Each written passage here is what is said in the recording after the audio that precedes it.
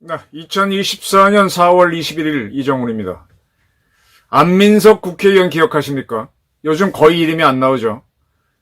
그가 5년 전에 고발된 적이 있습니다. 5년이 지난 지금에야 그의 재판이 열린다고 합니다. 안민석, 정청래와 쌍벽을 이루는 아주 독설가였죠. 독설가라고 하는 것은 매우 좋은 표현이다. 뭐라고 말을 할 수가 없네. 그 안민석 씨가 재판장에 서게 됩니다. 저는 안민석 재판은 이재명과 조국을 대한민국 사법부가 어떻게 판단할 것인가, 그걸 견줄 수 있는 시금석이 될 것이라고 봅니다. 안민석이 재판에서 유죄를 받으면 이재명, 조국도 가능하지 않겠나. 네. 그리고 이제서야 안민석이 법정에 서는 거는 검찰 독재가 아니라 검찰이 정권의 신여였다는 증거가 됩니다. 오히려 검찰 독재는 문재인 정권 때 한 게 아닌가, 이렇게 볼 수도 있다는 겁니다. 참 미스테리가 하나가 있죠. 그 유명한 안민석을 이재명은 왜 공천하지 않았을까? 그리고 정청래는 왜 공천을 해줬을까? 참 궁금한 거죠. 수원지법 형사 17 단독이 4월 23일 화요일이죠. 명예훼손 등의 혐의로 안민석 국회의원에 대한 첫 재판을 가집니다. 안민석 씨는 잘 아시겠지만 박근혜 대통령 탄핵으로 가게 되는 그 한참 시끄러운 시절에 수많은 언론에 나와서 현재 이름은 최서원, 그때는 최순실로 알려졌죠. 최서원 씨에 대한 비난을 굉장히 많이 했죠. 최순실이 독일에 은닉한 재산이 수조 원이다. 자금 세탁에 이용된 독일에 있는 페이퍼 컴퍼니가 수백 개에 달한다. 나는 이러한 사실을 독일 검찰로부터 확인했다. 이렇게 주장했고, 최순실이 외국 방산업체의 회장을 만나 무기 계약을 몰아줬다. 그리고 스위스 비밀 계좌에 입금된 국내 기업의 돈은 최순실과 연관이 있다 등의 주장을 했었습니다. 최순실 씨는 이게 허위라고 하면서 2019년 9월 고소를 했습니다. 2019년이면 문재인 정권 때죠. 그러면 이거를 착착착착 해서 조사해서 기소를 했느냐? 천만의 말씀, 만만의 콩떡. 문재인 정권 때의 검찰은 그야말로 검찰 독재를 했는지 기소를 안 했습니다. 질질 끌다가 정권이 바뀐 2023년에야 안민석을 기소합니다. 작년 11월 불구속으로 그것도 기소를 했습니다. 현재 최순실 씨는 직권남용, 뇌물수수 혐의로 징역 18년을 확정받아 복역하고 있죠. 그리고 그의 딸 정유라 씨는 이화여대에 들어갈 때 비리를 저질렀다고 해서 징역 3년형을 확정받은 상태입니다.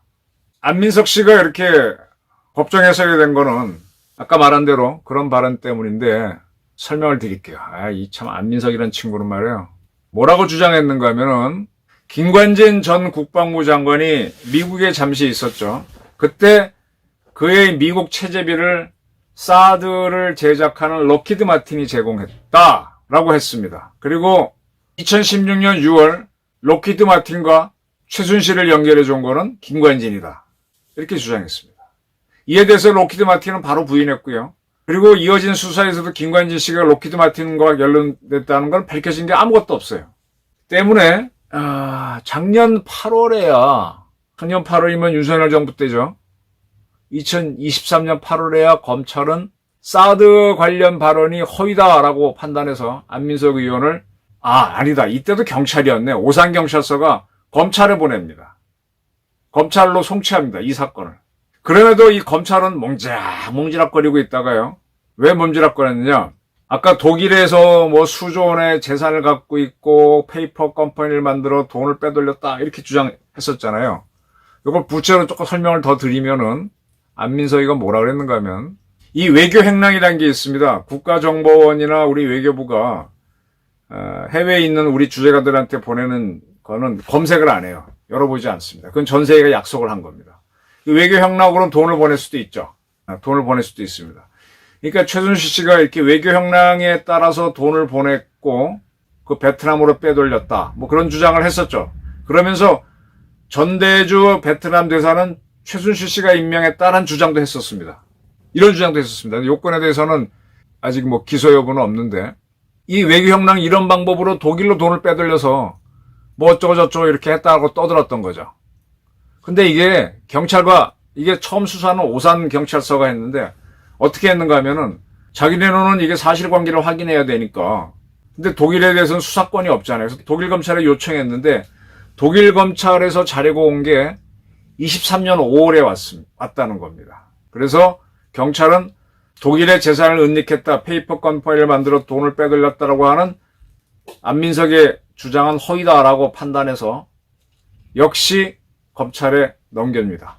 그래서 11월인가 작년 8월인가 비로소 검찰이 기소를 합니다. 그러니까 안민석이가 떠든 거는 2016년, 17년이고요.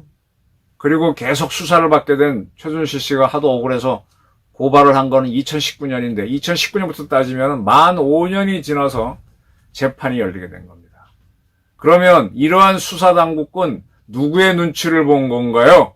2019년, 20년, 21년, 22년까지는 문재인의 세상이었습니다. 안민석 의원은요, 그때 또 삼성전자의 이재용 회장을 굉장히 몰아붙였죠. 삼성에서 그 정유라 씨 타는 말을 뭐 제공했다 그래서 굉장히 밀어붙였습니다. 그때 이 이재용 씨 재판을 맡게 된 판사가 이영훈 씨인데 이영훈 씨가 무슨 뭐랑 관련이 있다라고 했습니다. 근데 그때 얼마나 외교부가 우리 사법부가 눈치를 봤는지 판사를 교체를 합니다. 김진동 판사를 교체하죠.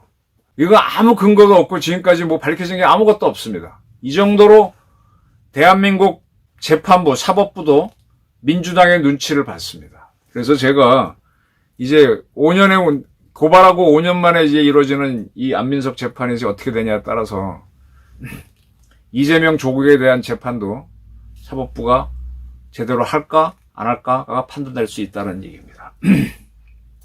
안민석이라는 사람은요, 경남 의령에서 태어났어요.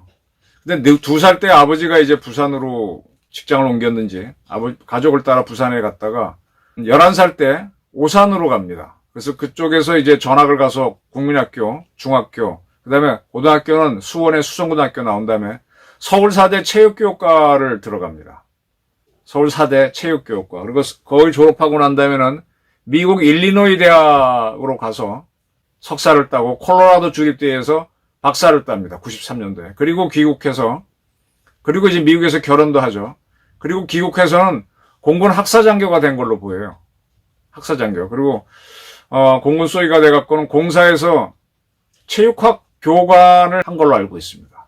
그리고 전역을 하고 난 다음에 몇 년 지나서 중앙대학교 안성캠퍼스 사회체육학부 교수가 됐죠. 그래서 한 몇 년 하다가 그거 한 3년, 4년 하다가 국회의원 선거 2004년 선거에 출마를 합니다. 여기에서 처음 당선되죠. 그때 아마 그는 그 탄핵 노무현 탄핵에 찬성한 탄돌이었을걸요. 그때 뭐 조정식, 이상민, 변재일 이런 사람들이 당선이 됐는데 이런 사람들이 이제 계속 민주당에 살아남죠. 그리고 한동안 계속 재선 3선을 하는데 이때까지 이 안민석은 전국적인 인물이 못 되고 지역구나 열심히 닦고 뉴스에 초점이 들어오지 못하는 사람이죠. 그리고 이제 그가 4선이 됩니다.